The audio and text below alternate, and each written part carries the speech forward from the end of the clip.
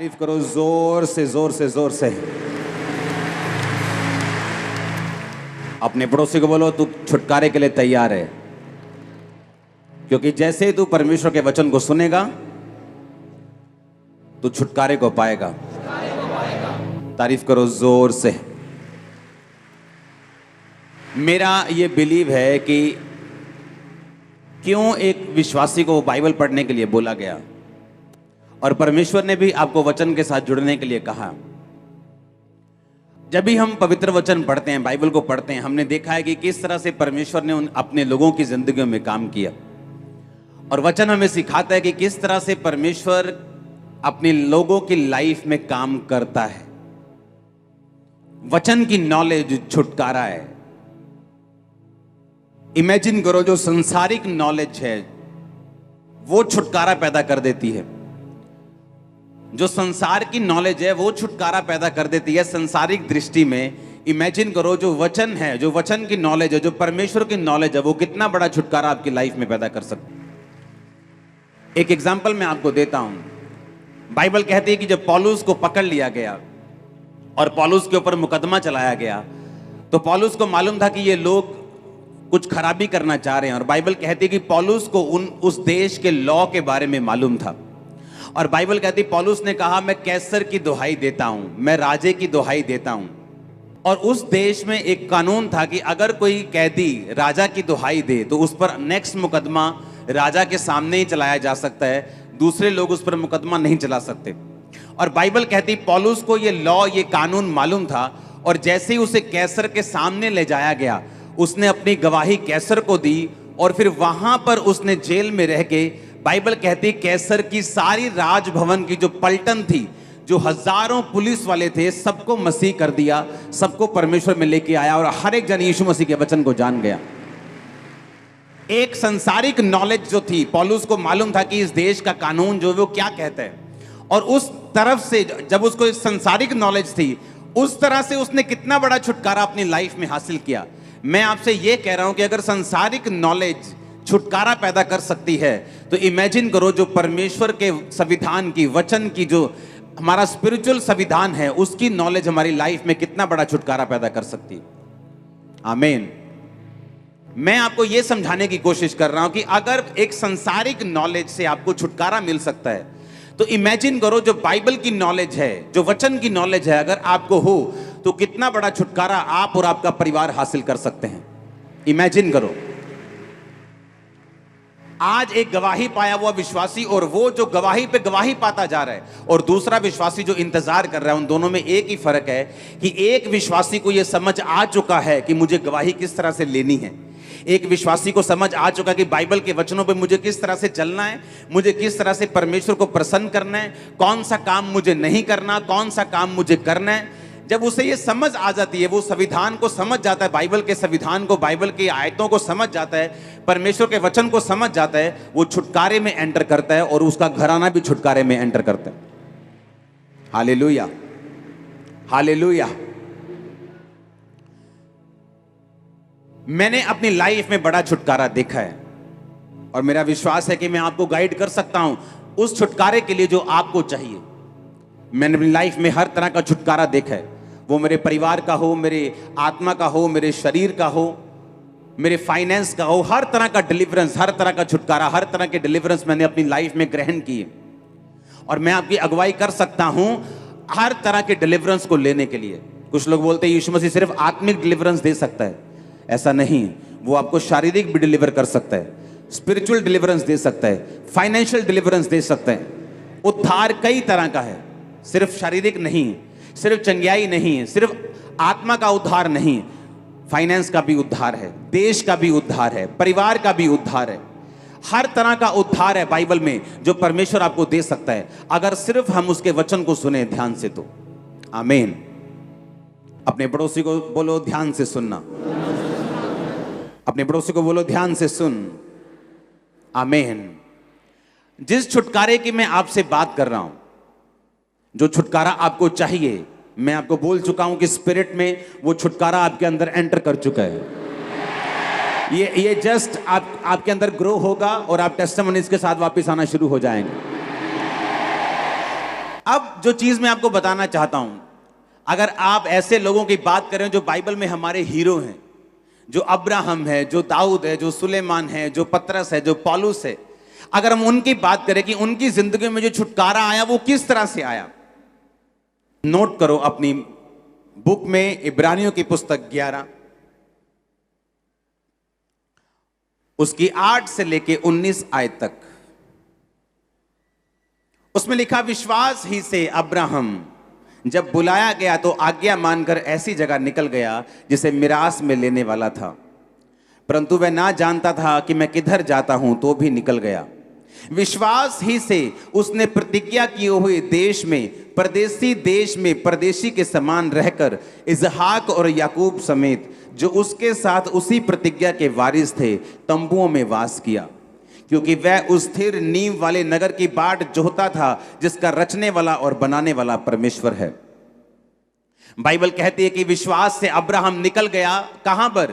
परमेश्वर ने कहा अपने देश को, अपने परिवार को छोड़ दे और चला जा उस देश को जो मैं तुझे दिखाऊंगा। बाइबल कहती है उसने इंतजार नहीं किया और निकल गया घर से। यह भी मालूम नहीं था कि मैं इधर को जाऊं, उधर जाऊं, इधर जाऊं कि इधर जाऊं। जस्ट इतनी आज्ञा मिली थी कि अपने घर से निकल, अपना बैग पैक कर और निकल जा। जो देश मैं तुम्हें दिखाऊंगा उस देश में चला जा, अपने घर, कुटुंब, परिवार को छोड़ के चला जा। परमेश्वर ने कहा था जब महायाजक साल में एक बार गुनाहों के लिए लहू को बहाएंगे तो जो जानवर वो बलि करेंगे उसकी देह को छावनी के बाहर जलाया जाएगा। अगर उस जानवर की देह को छावनी के बाहर, शहर के बाहर, बस्ती के बाहर नहीं जलाया जाएगा तो तुम्हारा छुटकारा नहीं होगा। अब्राहम को भी परमेश्वर ने यही कहा, जब तक तू अपने कुटुंब, अपने परिवार, इन लोगों को छोड़कर, अपनी छावनी को छोड़कर नहीं जाता, मैं तेरा छुटकारा नहीं कर सकता।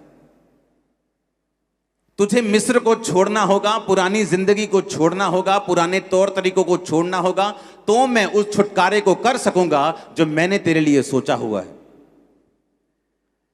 अपनी पुरानी जिंदगी में, अपनी पुरानी जिंदगी के रीति रिवाजों में, अपनी पुरानी जिंदगी के तौर तरीकों में रहकर आप परमेश्वर से वो छुटकारा हासिल नहीं कर सकते जिसके लिए परमेश्वर आपको अपने पास बुलाना चाहता है। और बाइबल कहती है जब परमेश्वर ने उसको कहा कि तू अपने कुटुंब को छोड़कर, तो बाइबल कहती है अब्राहम जब बुलाया गया, आज्ञा मानकर ऐसी जगह निकल गया जिसे मिरास में लेने वाला था, पर नहीं जानता था कि मैं किधर जाता हूं। पहला कारण छुटकारे का,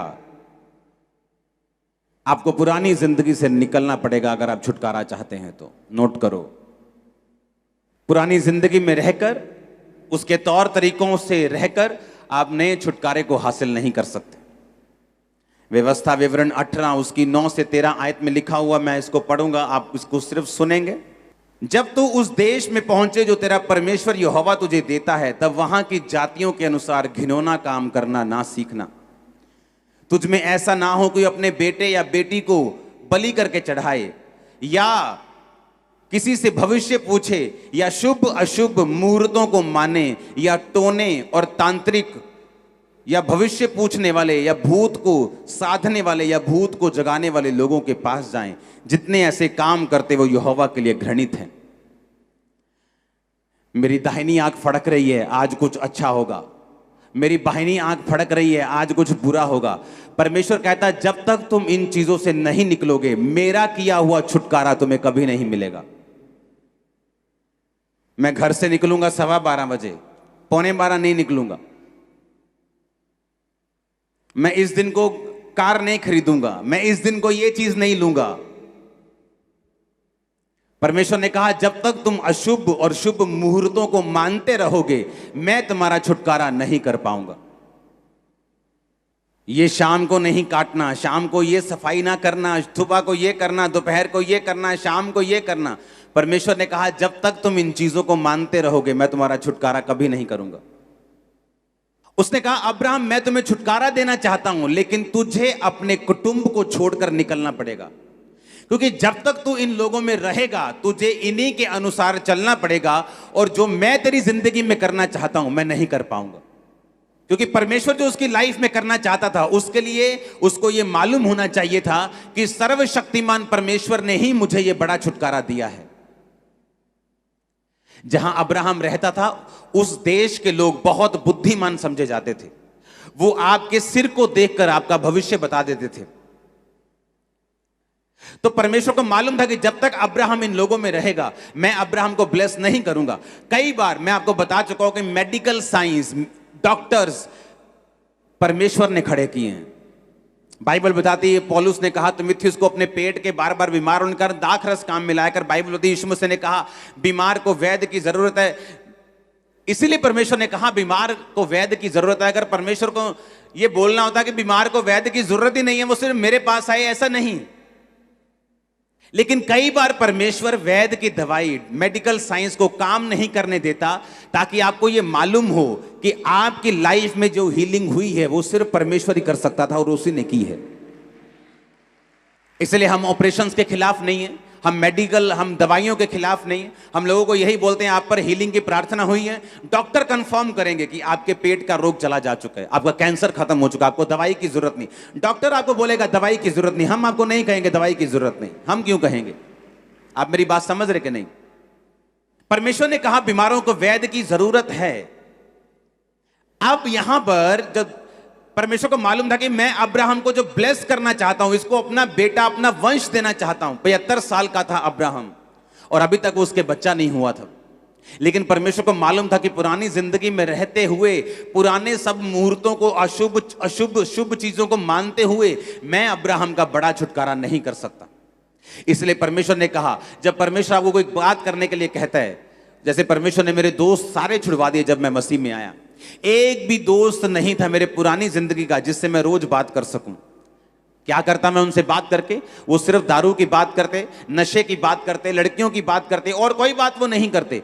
और धीरे धीरे परमेश्वर ने वो दोस्त 1-2 महीने में मेरे छुड़वा दिए, क्योंकि परमेश्वर जानता था कि जब तक ये पुरानी जिंदगी में रहेगा, एक बड़ा छुटकारा, एक बड़ी लाइफ, एक बड़ी योजना जो मैं इसे दिखा रहा हूं, ये देख नहीं पाएगा। उसके लिए मुझे पहले इसको अलग करना पड़ेगा, अलग करके तैयार करना पड़ेगा, और उसके बाद मैं इसे सिखाऊंगा, समझाऊंगा, खड़ा करूंगा, छुटकारा दूंगा, जैसा आज आपके सामने है। तो परमेश्वर को मालूम था ये चीज कि मुझे इसको तैयार करना है। जब कुम्हार मिट्टी बनाने के लिए बर्तन को तैयार करता है तो वो क्या करता है? पहले ग्राउंड में से एक जगह से मिट्टी को इकट्ठा ही करता है वो। अगर बर्तन बोले कि नहीं मुझे बर्तन भी बनना है, मुझे सबसे अलग भी दिखना है, मुझे वो मिट्टी नहीं बनना जो पैरों के नीचे आती, मुझे वो बर्तन बनना है जो मुंह से लगाया जाता है, लेकिन मुझे इसी मिट्टी में रहना है, मुझे इसी ग्राउंड में रहना है, तो ऐसा पॉसिबल नहीं। उसे उस ग्राउंड से निकालना पड़ेगा अगर उसे मिट्टी का बर्तन बनना है तो। बाइबल कहती है जब उसे ग्राउंड से निकाला जाएगा, उसे अलग ले जाया जाएगा, और फिर उस पर क्या होता है? उसको बपतिस्मा दिया जाता है, मिट्टी को गीला किया जाता है, मिट्टी को गूंथा जाता है। इसलिए बपतिस्मे के बिना कभी भी आपका छुटकारा नहीं होता, बाइबल कहती है। और जब आपका बपतिस्मा दिया जाता है, मिट्टी को बपतिस्मा देने के बाद उसे गूंथा जाता है, उसे मारा जाता है, जैसे परमेश्वर आपकी परीक्षा करता है, उसमें से रोड़ों को, उसमें से वट्टों को निकाला जाता है, जिस तरह परमेश्वर आपकी कमियों को निकालता है। आपको छुटकारा देने से पहले, आपको मनपसंद बर्तन बनाने से पहले, वो आपके व्यभिचार को निकालता है, चोरी को निकालता है, मूर्ति पूजा को निकालता है, वो चीजों को खत्म करता है जो आपकी लाइफ में सही नहीं। उसके बाद क्या करता है? जब आप में से अशुद्धियां खत्म हो जाती, फिर वो आपको बर्तन के ऊपर, उस मिट्टी की मशीन के ऊपर रखता है, अंदर से सहारा देता है, बाहर से ठोकता है। परमेश्वर आपको परीक्षा में डालता है, अंदर से सहारा भी देता है ताकि आपको अच्छी शेप दी जा सके। उसके बाद वो आपको आग में रखता है, कई बार परख में रखता है, आग की परख में रखता है। उस परख के बाद जब आप निकलते हैं, फिर आप एक ऐसा बर्तन होते हैं जो अपने घर ले जाकर लोग मुंह से लगाना चाहते हैं। एक बात याद रखो, हर चीज के लिए छुटकारा दिया गया है, हर चीज के लिए प्राइस पे किया गया है। अगर आज इंडिया आजाद है, इसके लिए प्राइस पे किया गया है, लोगों ने अपनी कुर्बानियां दी हैं। अगर आज आप आराम से यहां बैठे हैं तो फौजियों की कुर्बानियां आज भी हो रही हैं बॉर्डर के ऊपर। इसलिए यह बात हमेशा याद रखो कि अगर कोई छुटकारा आपको चाहिए, उसके लिए आज भी आपको उस छुटकारे के लिए कुर्बानी देनी होगी। आपको अपने टाइम की, अपनी विल की, अपनी इच्छा की, क्योंकि आप उसी ग्राउंड में रह के, उसी दुनिया में रह के, उन्हीं दोस्तों में रह के, उन्हीं रिश्तेदारों में रह के आप परमेश्वर के बड़े छुटकारे को अपनी जिंदगी में हासिल नहीं कर सकते। परमेश्वर ने क्या कहा? परमेश्वर ने कहा तुम में कोई ऐसा ना हो जो अपने बेटे या बेटी को बलि चढ़ाए, भविष्य पूछने वाला हो, शुभ अशुभ मुहूर्त को मानने वाला हो, तो मैं तुम्हारा छुटकारा फिर नहीं कर पाऊंगा। हालेलुया। औरतों को आदत होती सबसे ज्यादा ये चीजों को मानने की, और इसलिए सबसे ज्यादा बंधन भी उन्हीं की जिंदगियों में रहते हैं। परमेश्वर ने कहा जब तुम मसीह में हो सब कुछ नया हो चुका है। तुम 12:15 निकलोगे या 11:45, तुम्हारे लिए ब्लेसिंग होगी। तुम जिस मर्जी वार को निकलोगे ब्लेसिंग होगी। जिस मर्जी वार को जो मर्जी खाओगे ब्लेसिंग होगी। वहां आमीन ऊंचा चाहिए। यहां पे अब्राहम को छुटकारा कैसे मिला? बाइबल कहती उसने परमेश्वर की आवाज को सुना कि अगर परमेश्वर मुझसे कह रहा है तो ये मेरे फायदे के लिए है। वो मुझे दुखी नहीं करना चाहता, वो मुझे बोर नहीं करना चाहता, वो मुझे तंग नहीं करना चाहता, पर वो मेरी जिंदगी में बड़ा छुटकारा देना चाहता है। इसलिए परमेश्वर ने कहा तुम्हारी सोच में मेरी सोच में जमीन और आसमान का फर्क है। तुम्हारे काम करने के तरीकों में मेरे काम करने के तरीकों में जमीन और आसमान का फर्क है। इसलिए हमें उसी के अनुसार चलना है जो परमेश्वर कहता है, जो वचन कहता है। अगर हम उसी चीज के अनुसार चलेंगे तो बड़ा छुटकारा आप पाने वाले यीशु मसीह के नाम में। दूसरी बात, छुटकारा उनको मिलता है। दूसरा पॉइंट यह है आज की मीटिंग का, छुटकारा उन लोगों की जिंदगियों में हासिल होता है जो परमेश्वर की योजना को अपनी जिंदगी के छुटकारे से भी ज्यादा बड़ा स्थान देते हैं। अब्राहम को मालूम था कि परमेश्वर ने उसे बेटा देने के लिए बुलाया है। अब्राहम को मालूम था कि परमेश्वर ने उसके वंश को बढ़ाने के लिए बुलाया है। पर बाइबल कहती एक समय ऐसा आया जब अब्राहम को यह शक रूपी विश्वास हो गया कि अब उसके बेटा नहीं हो सकता। और जब दूत ने कहा कि अगले साल तेरे बेटा होगा, उसने कहा अब मुझसे मजाक ना कर। मेरी पत्नी जो बहुत बूढ़ी हो चुकी है, जिसका मासिक धर्म बंद हो चुका है, अब हमारे संतान नहीं होगी। लेकिन हम परमेश्वर में ही हैं, हम भागे नहीं हैं, हम दौड़े नहीं हैं, हम यहोवा से दूर नहीं हुए, हम अपने देश में वापिस नहीं गए। उसने कहा उन्होंने पराये देश में परदेसी के समान उन दिनों को बिताया जब लोगों की जिंदगी में गवाही नहीं बनती। उनके अपने लोग उन्हें खींचते हैं, पुरानी जिंदगी उन्हें खींचती है, पुराने लोग, पुराने रीति रिवाज, पुराने रिश्तेदार उन्हें खींचते हैं, शैतान उन्हें खींचने की कोशिश करते हैं। लेकिन जब अब्राहम को मालूम हो गया कि मैं जिस परमेश्वर के पीछे चला हूं ये जीवित परमेश्वर है, एकमात्र परमेश्वर है, बाइबल कहती परदेसी के समान उसने जीवन बिताया। और उसको एक दिन यकीन हो गया कि अब मेरे बच्चा भी नहीं होगा, तो भी उसने परमेश्वर की आराधना करनी नहीं छोड़ी। किन लोगों की जिंदगी में छुटकारा एंटर करता है, किन लोगों की जिंदगी में छुटकारा जाता है? वो लोग जो परमेश्वर को, उसकी योजना को अपने छुटकारे से भी ज्यादा प्यार करते हैं, अपनी हीलिंग से ज्यादा प्यार करते हैं, अपनी प्रार्थना के उत्तर से कम परमेश्वर से ज्यादा प्यार करते हैं। उन लोगों की जिंदगी में छुटकारा एंटर करते हैं। बाइबल कहती जब परमेश्वर ने, जब हम उत्पत्ति 22 उसकी 1 से 13 आयत में पढ़ते हैं, तो परमेश्वर ने एक बार अब्राहम को कहा कि जा और फलाने फलाने पहाड़ पर जाके, फिर अब्राहम, इन बातों के पश्चात ऐसा हुआ कि परमेश्वर ने अब्राहम से कहा कि हे अब्राहम, उसने कहा देख मैं यहां हूं। उसने कहा अपने पुत्र को, अर्थात एकलौते पुत्र इसहाक को जिससे तू प्रेम रखता है, संग लेकर मोरिया देश में चला जा और वहां एक पहाड़ के ऊपर जो मैं तुझे दिखाऊंगा वहां उसकी बलि देना। हालेलुया। अब जब परमेश्वर ने उसको बलि देने के लिए कहा तो बाइबल कहती उसने अपनी पत्नी से भी सलाह नहीं की। उसको मालूम था मैं सलाह मशवरे में पड़ जाऊंगा तो मैं आत्मा से हट जाऊंगा। उसने अपने बेटे को तैयार किया, उसने अपने गधों को तैयार किया, अपने सेवकों को तैयार किया, अपने बेटे को बिठाया, सब कुछ लिया, साथ में छुरी ली और निकल गया। रास्ते में उसका बेटा पूछता रहा कि पिता सारा कुछ हमारे पास है, लकड़ी है, सब कुछ है, लेकिन बलि कहां है, होम बलि की भेड़ कहां है? तो उसने कहा बेटा परमेश्वर इंतजाम करेगा उस भेड़ का। उस बेटे को इतना भी मालूम नहीं था कि मैं ही वो भेड़ हूं जो आज कुर्बान होने जा रही। सुनो मेरी बात, जब वहां पे पहुंचा पहाड़ के पास, तो जब उस पे छुरी बढ़ाकर इसहाक के गले को काटने लगा तो आवाज आई कि अब्राहम, अब्राहम, अपने बेटे को मत मार, अपने लड़के पे हाथ मत बढ़ा, क्योंकि तूने जो अपने निज पुत्र को भी नहीं रख छोड़ा, इस कारण मैं जान गया हूं कि तू परमेश्वर का भय मानता है। जब परमेश्वर आपको छुटकारा देता है तो वो आपका कर्जदार नहीं है। परमेश्वर ने कोई आपका कर्जा नहीं देना। अगर उसने आपको अपने पास बुलाया तो वो आपका कर्जदार नहीं है। वो आपका कर्जदार नहीं कि उसने आपको छुटकारा देना ही देना है। नहीं तो लोग क्या कहेंगे, उसे कोई परवाह नहीं है लोग क्या कहेंगे। जब परमेश्वर आपको पुत्र बना लेता है तो वो देखता है कि जो पुत्र की वारिस की, जो मेरे वारिस की चीजें हैं, जो आपकी मिरास है, जो आपकी ब्लेसिंग्स हैं, उनको देने से पहले मैं ये जांच लूं कि ये मेरा बेटा है या नाजायज संतान है, बाइबल कहती है।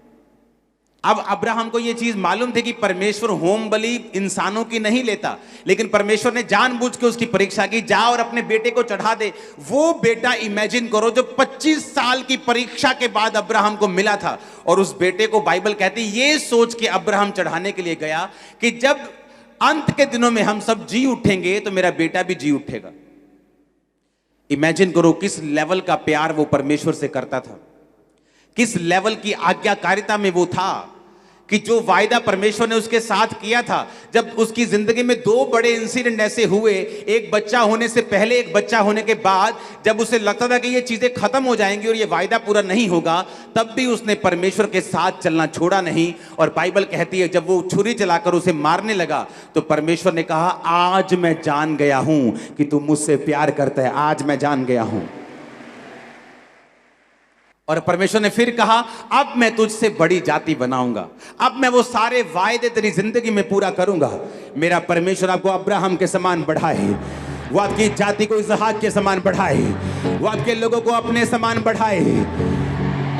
आमीन। ऊंचाई ये बरकत आपकी है। Hallelujah, hallelujah. बाइबल कहती है जब अब्राहम ने इधर उधर देखा तो वहां भेड़ फंसी हुई थी। जब उसने देखा, आंखें उठाई तो क्या देखा कि एक मेढ़ा, 11-13 आयत में लिखा, एक सींगों के समेत अपनी झाड़ी में फंसा था। आप जानते हैं अब्राहम जब घर से निकला, मैं आपको वचन इसलिए सिखा रहा हूं कि आपको मालूम हो कि अगर किसी ने छुटकारा पाया है तो इत्तेफाकन नहीं पाया।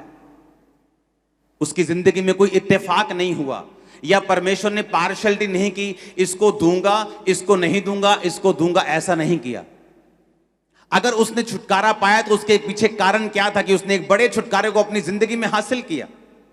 बाइबल कहती जब उसने इधर उधर देखा तो एक मेढ़ा झाड़ियों में, लकड़ियों में फंसा हुआ था। आप जानते जब अब्राहम घर से निकला तो वो लकड़ियां लेकर निकला था। वो ये भी सोच सकता था कि लकड़ियां मैं पहाड़ पे जाके ले लूंगा, पहाड़ में भी तो लकड़ियां है ना, उन्हीं लकड़ियों में तो वो मेढ़ा फंसा हुआ था, हाँ या ना। लेकिन अब्राहम इस कॉन्शियसनेस में था कि जो लकड़ी मैं परमेश्वर के लिए यूज करूंगा वो मेरे अपने घर की होनी चाहिए। मैं जो ऑफरिंग परमेश्वर को दे रहा हूं मैं उसे फ्री में कहीं से हासिल नहीं करूंगा। जिस जगह पर दाऊद को परमेश्वर ने दर्शन दिया, उस जगह को दाऊद ने खरीदना चाहा तो खरीदार ने कहा तू ऐसे ही मुझसे ले ले। उसने कहा मैं इस जगह का पूरा प्राइस तुझे दूंगा, मैं यहोवा की कोई भी चीज को फ्री में नहीं करूंगा। ये एक निशानी थी अब्राहम के बोने वाले जीवन की, कि वो कॉन्शियस रखता था कि परमेश्वर के लिए मैंने कुछ भी ऐसा नहीं करना जो फ्री में हो। उसे मालूम था, घर से लकड़ियां लेके वो चला और बाइबल कहती परमेश्वर ने भेड़ का इंतजाम किया। अगर कोई ऐसा होता जो लकड़ियां भी वहीं से लेता तो शायद वहां लकड़ियां खत्म हो चुकी होती तो भेड़ा किसी लकड़ी में फंसता ना। जब आपके दिमाग में, आपकी स्पिरिट में यह बात आ चुकी है कि मुझे बोना है, आपकी स्पिरिट में यह बात आ चुकी है मुझे अलग टाइम में रहना है, आपकी स्पिरिट में यह बात आ चुकी मैं मसीह में हूं, पुरानी बातें बीत गई। जब मैंने बपतिस्मा लिया तो शुभ अशुभ मुहूर्त सब खत्म हो गए, सब आंखों का फड़कना बंद हो गया, सब 12:15 पौने 12 खत्म हो गए, सब तरह के जादू टोने टोटके सब खत्म हो गए। अब मैं मसीह में आजाद हूं, परमेश्वर मेरे साथ है, उसका आत्मा मेरे साथ है, जब मेरी मर्जी में जाऊं खुदाबंद मेरे साथ रहेगा। That's it. उस दिन आप छुटकारे में एंटर कर जाएंगे, उस दिन आपका छुटकारा हो जाएगा, उस दिन आप समझ जाएंगे कि परमेश्वर ने आपको फ्री होने के लिए बुलाया है। हालेलुया, जोर से बोलो हालेलुया। अब्राहम के अंदर यह आदत थी कि अब्राहम ने अपने छुटकारे को खुदावन से कम प्यार किया है। आज अगर मैंने छुटकारा हासिल किया हुआ है, यहां बैठा हूं, तो मेरी ये टेस्टिमनी है कि मैंने अपने छुटकारे से पहले परमेश्वर से प्यार किया है। एक समय था जब मैं अपने छुटकारे के लिए परमेश्वर को बड़ी ताने मीने देता था कि परमेश्वर तू लोगों का छुटकारा कर देता है, मेरा नहीं करता। तू लोगों को हील कर देता है, मुझे नहीं करता। मैं भी सेवा करता हूं लेकिन तू मुझे टच नहीं करता। मैं भी सेवा करता हूं लेकिन तू मुझे हील नहीं करता। मैं प्रार्थना करता हूं, लोग चंगे हो जाते हैं। मैं मीटिंग करवाता हूं, दूसरे लोग टेस्टिमनीज दे जाते हैं। मेरे सामने लोग आके अधरंग से ठीक हो जाते हैं, फिर चर्च आना शुरू कर देते हैं, लेकिन मेरा छुटकारा तो नहीं करता। लेकिन मैं ये नहीं जानता था कि परमेश्वर की योजना मेरी जिंदगी में बड़ी है और वो मुझे छुटकारा देना चाहता है, लेकिन वो मुझे ट्रेन कर रहा था कि अगर मैं छुटकारा ना भी पाऊं तो क्या मैं सेवा करने के लिए तैयार हूं, क्या परमेश्वर को मानने के लिए तैयार हूं, क्या उसकी सेवा करने के लिए उसको प्यार करने के लिए तैयार हूं। जितने लोगों को छुटकारा चाहिए, ये बात को इमेजिन करके सोच के अपनी जिंदगी में पकड़ के रखना, गंढ बन के रखियो पंजाबी च कहते हैं। अगर अपने छुटकारे को परमेश्वर से ज्यादा प्यार करोगे तो छुटकारा कभी आपको हासिल नहीं होगा। सबसे पहला प्यार आपको परमेश्वर को करना है। बाइबल कहती है अब्राहम ये जानकर भी कि अब मेरे बच्चा नहीं होगा, उसने यहोवा को नहीं छोड़ा। ये जानकर भी जो बच्चा हो गया है अब इतने सालों बाद और बड़ा हो गया है, फिर भी कुर्बान करने के लिए चल पड़ा बिना किसी सलाह मशवरे के। यह साबित करता है कि अब्राहम परमेश्वर से प्यार करता था। तीसरा पॉइंट लिखो अपने कॉपी और पेन में। अगर आपका ध्यान आत्मिक नहीं है तो भी आपकी जिंदगी में आपको छुटकारा नहीं मिलता। जितने लोग सिर्फ चंगाई को ढूंढते हैं, सिर्फ बरकत को ढूंढते हैं, सिर्फ मेरा डाइवोर्स कैंसिल हो जाए, सिर्फ मेरा एक्सीडेंट ये मैं ठीक हो जाऊं, और उन्हें आत्मिक जिंदगी से कोई लेना देना नहीं। प्रार्थना की या नहीं की, चोरी की आदत है कि नहीं है, व्यभिचार करते हैं कि नहीं करते, हम अभी भी शुभ अशुभ मुहूर्तों को मानते हैं कि नहीं मानते, हम ये काम करते हैं कि नहीं करते, उनको कोई मतलब नहीं। उनको अपनी आत्मिक जिंदगी से कोई मतलब नहीं। प्रार्थना की है कि नहीं, कोई मतलब नहीं। वचन पढ़ते हैं, बाइबल पढ़ते हैं कि नहीं पढ़ते, रोजा रखते हैं, गालियां निकालते हैं कि नहीं, उन्हें कोई मतलब नहीं। बाइबल कहती है, जब हम इब्रानियों की पुस्तक 11 उसकी 10 आयत को पढ़ते हैं तो वहां लिखा, क्योंकि वह उस स्थिर नींव वाले नगर की बाट जोता था जिसका रचने वाला और बनाने वाला परमेश्वर है। बाइबल कहती है कि जब अब्राहम को यह मालूम हो गया कि मेरे बच्चा नहीं होगा, तो क्या ऐसी सोच थी उसके दिमाग में जिस सोच ने उसको ये परमेश्वर में बनाए रखने पर मजबूर कर दिया कि अब तेरे बच्चा नहीं होगा तो आगे क्या। बाइबल कहती वो उस स्थिर रहने वाले, फिर से पढ़ेंगे 10 आयत को, क्योंकि वह उस स्थिर नींव वाले नगर की बाट जोहता था जिसका रचने वाला और बनाने वाला परमेश्वर है। बाइबल कहती है धरती और पृथ्वी, धरती और आसमान हिलाए जाएंगे। धरती पर कोई भी नगर स्थिर नींव वाला नहीं है। धरती का कोई भी नगर स्थिर नींव वाला नहीं है, क्योंकि बाइबल कहती है कि धरती और आसमान हिलाए जाएंगे। जब आगमन होगा, जब न्याय होगा तो ये हिलाए जाएंगे। ये किस स्थिर नींव वाले नगर की परमेश्वर बात कर रहे हैं? परमेश्वर हेवन की बात कर रहे हैं। जब अब्राहम को ये बात मालूम हो गई कि मैं शायद ये छुटकारा ना पाऊं, तो बाइबल कहती उसने ये सोच लिया था कि कोई बात नहीं, अगर मैं इस दुनिया में आशीषित इस आशीष से नहीं हुआ तो भी मैं स्वर्ग में जा रहा हूं, मैं उद्धार पा चुका हूं, मैं यहोवा के पास जा रहा हूं। कोई भी विश्वासी अगर इस सोच को नहीं रखता तो मैं आपको बता सकता हूं लाइफ में कहीं ना कहीं जाकर वो छुटकारे को नहीं हासिल कर पाएगा और कहीं ना कहीं जाकर वो अटक जाएगा। कहीं ना कहीं जाकर शैतान उसे फंसा लेगा, कहीं ना कहीं जाकर उसकी ग्रोथ, उसकी जिंदगी की आत्मिक ग्रोथ, उसका कहीं ना कहीं वो स्टक हो जाएगा, कहीं ना कहीं वो फंस जाएगा अगर उसकी सोच ये नहीं है। बाइबल कहती जब अब्राहम को विश्वास हो गया कि अब मेरी जिंदगी में बेटा नहीं होगा, बाइबल कहती किस कारण वो बना रहा परमेश्वर में, क्योंकि वो स्थिर नींव वाले नगर की बाट जोहता था जिसका रचने वाला और बनाने वाला परमेश्वर है। अब्राहम ये सोच चुका था कि कोई बात नहीं, अगर ये ब्लेसिंग मेरी लाइफ में नहीं है मैं स्वर्ग जा रहा हूं। कोई बात नहीं, अगर बेटा नहीं हुआ मैं स्वर्ग जा रहा हूं। कोई बात नहीं, अगर फाइनेंशियल ब्लेसिंग नहीं है मैं स्वर्ग जा रहा हूं। कोई बात नहीं, अगर हीलिंग नहीं हुई मैं स्वर्ग जा रहा हूं। परमेश्वर ने कहा अगर तुम्हारा ऐसा विश्वास नहीं है तो शैतान तुम्हारे अंदर रुकावटों को पैदा करेगा। तुम्हारी हीलिंग में रुकावट होगी, तुम्हारे छुटकारे में रुकावट होगी, क्योंकि शैतान को अगर ये बात समझ आ गई कि अगर वो तुम्हारी हीलिंग को रोक ले तो तुम परमेश्वर से रुक जाओगे, वो तुम्हारी हीलिंग को रोक लेगा। क्योंकि शैतान को वो बड़ा इंटरेस्टेड है तुम्हारे उद्धार को खत्म करने के लिए। वो बड़ा इंटरेस्टेड है कि तुम्हारा उद्धार जो है वो कभी ना हो। वो बड़ा उसको तुम्हारी हीलिंग रोकने से कोई लेना देना नहीं। उसको हीलिंग ना हो, छुटकारा हो, पैसे की बरकत मिले, उसको कोई लेना देना नहीं। वो इन चीजों को रोकता है ताकि तुम्हारे उद्धार पर चोट कर सके, तुम्हें परमेश्वर से दूर लेके जा सके। और बाइबल कहती अब्राहम इसीलिए बना रहा क्योंकि उसका जो दिमाग था वो उद्धार की ओर था, वो मुक्ति की ओर था, कि वो उस स्थिर नींव वाले नगर की बाट जोता था। पढ़ेंगे उस आयत को, जिसका रचने वाला और बनाने वाला परमेश्वर है। आमीन। मैं आपको फिर कह रहा हूं, अगली आयत में लिखा, विश्वास से सारा ने बूढ़ी होने पर गर्भ धारण करने की सामर्थ पाई। सामर्थ तब काम करती है जब आपके अंदर फेथ होता है। फेथ सिर्फ यही नहीं, विश्वास सिर्फ यही नहीं कि एक दिन प्रभु मुझे चंगा करेगा या उसके कोड़े खाने से मैं चंगा हो चुका हूं। विश्वास इसको भी कहते हैं, वो चंगा करे ना करे, वो मेरा परमेश्वर है, मैं स्वर्ग जा रहा हूं, मैं उद्धार पा चुका हूं, मैं परमेश्वर की संतान हूं। आमीन। और जब आप ऐसा विश्वास रखते हैं, जब आपका विश्वास अटल है, आपने परमेश्वर में जीने और मरने का फैसला कर लिया है, आप भी सामर्थ पाएंगे इम्पॉसिबल चीजों को पॉसिबल करने की। वचन कहता है सारा ने सामर्थ पाई गर्भ धारण करने की। मैं आपको सामर्थ देता हूं यीशु के सामर्थी नाम में सब कुछ धारण करने की। मैं अनॉइंट करता हूं आपको यीशु मसीह के सामर्थी नाम में सारा की तरह ब्लेसिंग लेने की सामर्थ को आपकी लाइफ के ऊपर रिलीज करता हूं। आमीन हो जाए बरकत तुम्हारी है चर्च। Hallelujah, hallelujah. याद रखो मेरी बात को कान खोलकर सुनना, दुनिया की हर ब्लेसिंग आप लोगों के लिए बनाई गई है। दुनिया की हर बेस्ट चीज तुम्हारे लिए बनाई गई है। आपको क्या लगता है दुनिया की बेस्ट ब्लेसिंग पापियों के लिए बनाई गई? दुनिया की बेस्ट मैरिज लाइफ पापियों के लिए बनाई गई? दुनिया की बेस्ट फाइनेंशियल लाइफ पापियों के लिए बनाई गई?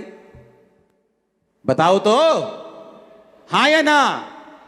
दुनिया की बेस्ट ब्लेसिंग जीसस ने बनाई है और आपके लिए बनाई है, पर उनको लेने का तरीका है। अगर तरीका नहीं आता तो सफर करेंगे हम फिर।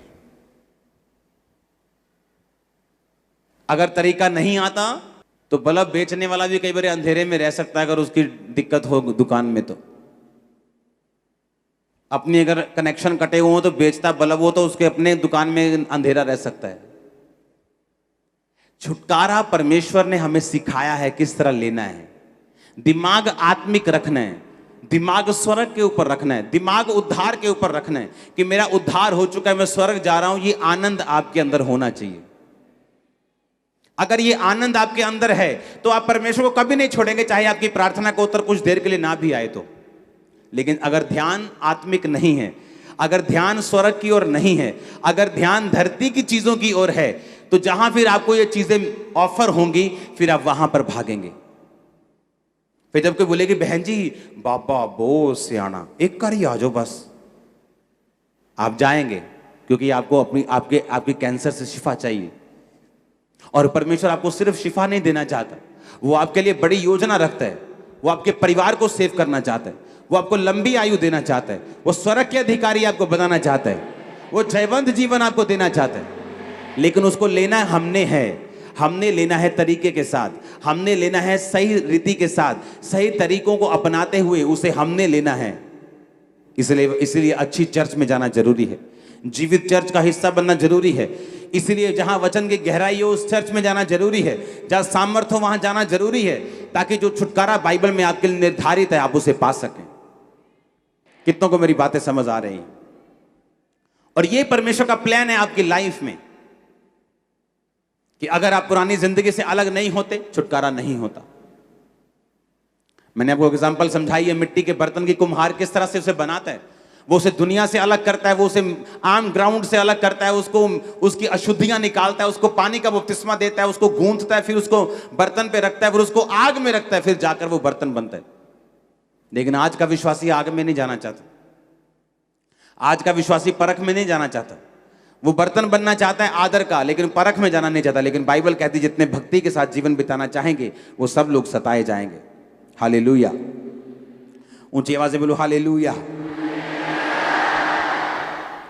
15 आयत में लिखा, इब्रानियों 11 उसकी 15 आयत, और जिस देश से वो निकल आए थे यदि उसकी सुधि करते तो उन्हें लौट जाने का अवसर था, परंतु वे एक उत्तम अर्थात स्वर्गीय देश के अभिलाषी हैं, इसलिए परमेश्वर उनका परमेश्वर कहलाने में उनसे शर्माता नहीं, क्योंकि उनके लिए एक नगर तैयार किया गया है।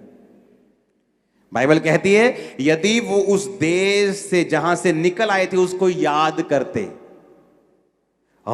कितना सोना यार मैं पैग लांदा सी। हाँ, जैसे मिस्री बोलते थे, ओ यार किथे ले आया तू, अं उथे क्या प्याज खाते थे, वहां पे हम लहसन खाते थे, मछलियां खाते थे, कहां जंगल में तुम मन्ना मन्ना करी जा रहे हो, रोज बोर हो गए मन्ना खा खा के हम। पुराने देश को याद करना, पुराना सिगरेट, पुराना सूटा, पुरानी भंग, पुरानी सहेली, पुराना सहेला, उसको याद करना। उसने कहा अगर तुम उन चीजों को याद करते तो उन्हें लौट जाने का अवसर होता। अगर मुझे लौटना नहीं है वापिस तो मैं याद क्यों करूंगा? फिर जिस गली मुझे जाना ही नहीं है मैं उसका एड्रेस क्यों पूछूंगा? जो काम मुझे करना ही नहीं है मैं बैठकर पुराने दोस्तों के साथ उसे क्यों डिस्कस करूं कि हम कैसे पैग लगाते थे, हम क्या बातें करते, मैं क्यों बात करूं ऐसी? भाई कहता अगर उन्होंने उस देश में लौटना होता तो उसे याद करते, पर कहता उन्होंने लौटना नहीं था क्योंकि वो स्वर्गीय देश के अभिलाषी थे। जब तुम स्वर्गीय देश के अभिलाषी हो, दुनिया की ब्लेसिंग्स तुम्हारे पांव चूमेंगे, याद रखना। दुनिया की ब्लेसिंग्स मैं फिर कह रहा हूं तुम्हारे पांव चूमेंगी अगर तुम स्वर्गीय देश के अभिलाषी हो तो। शैतान तुम्हारी कोई ब्लेसिंग रोक नहीं सकता अगर तुम स्वर्ग को देख रहे हो तो।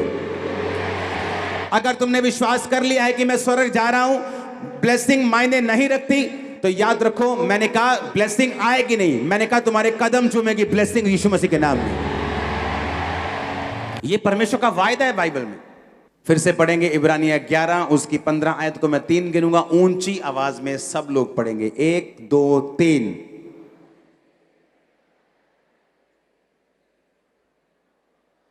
अभी भी मजा नहीं आया मेरे को, और ऊंची आवाज में चिल्लाकर पढ़ेंगे, 1 2 3।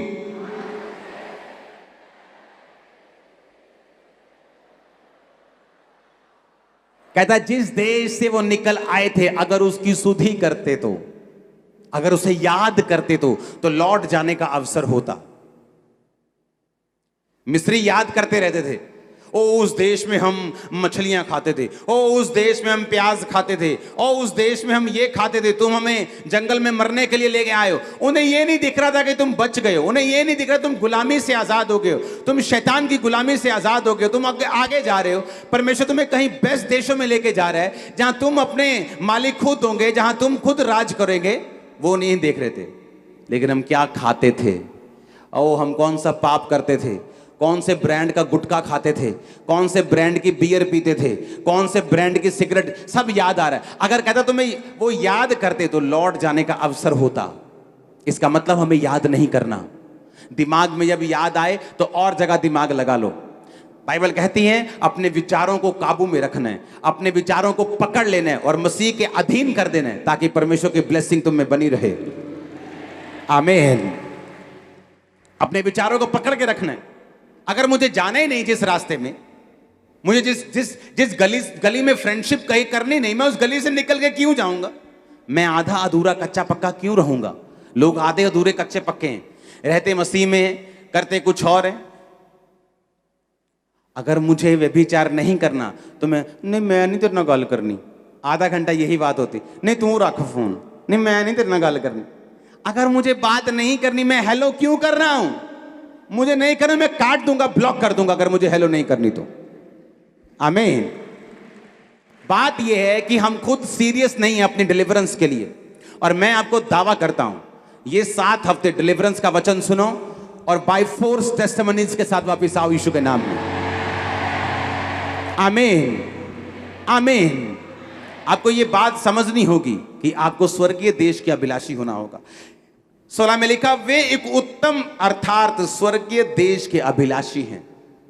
जो उनके अंदर अभिलाषा थी वो स्वर्गीय देश की थी, वो स्वर्ग की थी। आपके अंदर जो अभिलाषा होनी चाहिए वो स्वर्ग जाने की होनी चाहिए कि मैं स्वर्ग का वारिस हूं, मैं अनंत जीवन मैंने पा लिया है। तो बाइबल कहती है जो स्वर्ग के वारिस होने के लिए आनंदित हैं वो अपनी शरीर की ब्लेसिंग्स को भी पा लेंगे।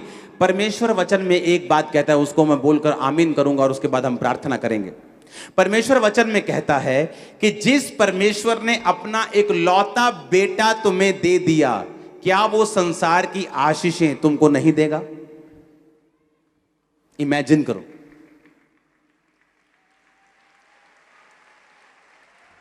कि आप किसी के घर में जाएं,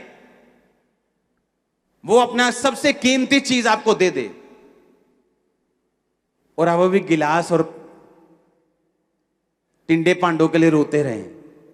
वो बोले यार चंगा बंदा यार है, मैंने अपनी सबसे कीमती प्रॉपर्टी 500 करोड़ की इसको दे दी हाथ में, ये पेपर इसके हाथ में, और ये पानी के लिए रो रहा है, रोटी के लिए रो रहा है, इसका दिमाग ठीक है कि नहीं? परमेश्वर कहता अगर मैं तुझे भूल जाओ, यहां लाखों की भीड़ है, भूल जाओ, सोचो मैं बैठा हूं, मैं आपसे बात कर रहा हूं, अगर वो तुझे अपना एक लौता बेटा यीशु दे सकता है और तुझे क्या नहीं दे सकता? जस्ट तरीका सीखना है लेने का, जस्ट तरीका सीखना है, जस्ट डिलीवरेंस में एंटर करना है और वर्ड को मानना है।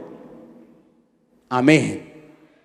हमारे YouTube चैनल को सब्सक्राइब करें ताकि आप परमेश्वर के गहरे वेदों को जान सकें कि कैसे आप परमेश्वर में बढ़ सकते हैं, कैसे आप दुष्ट आत्माओं से, नशों से, बीमारियों से और वंशों के श्रापों से आजाद हो सकते हैं।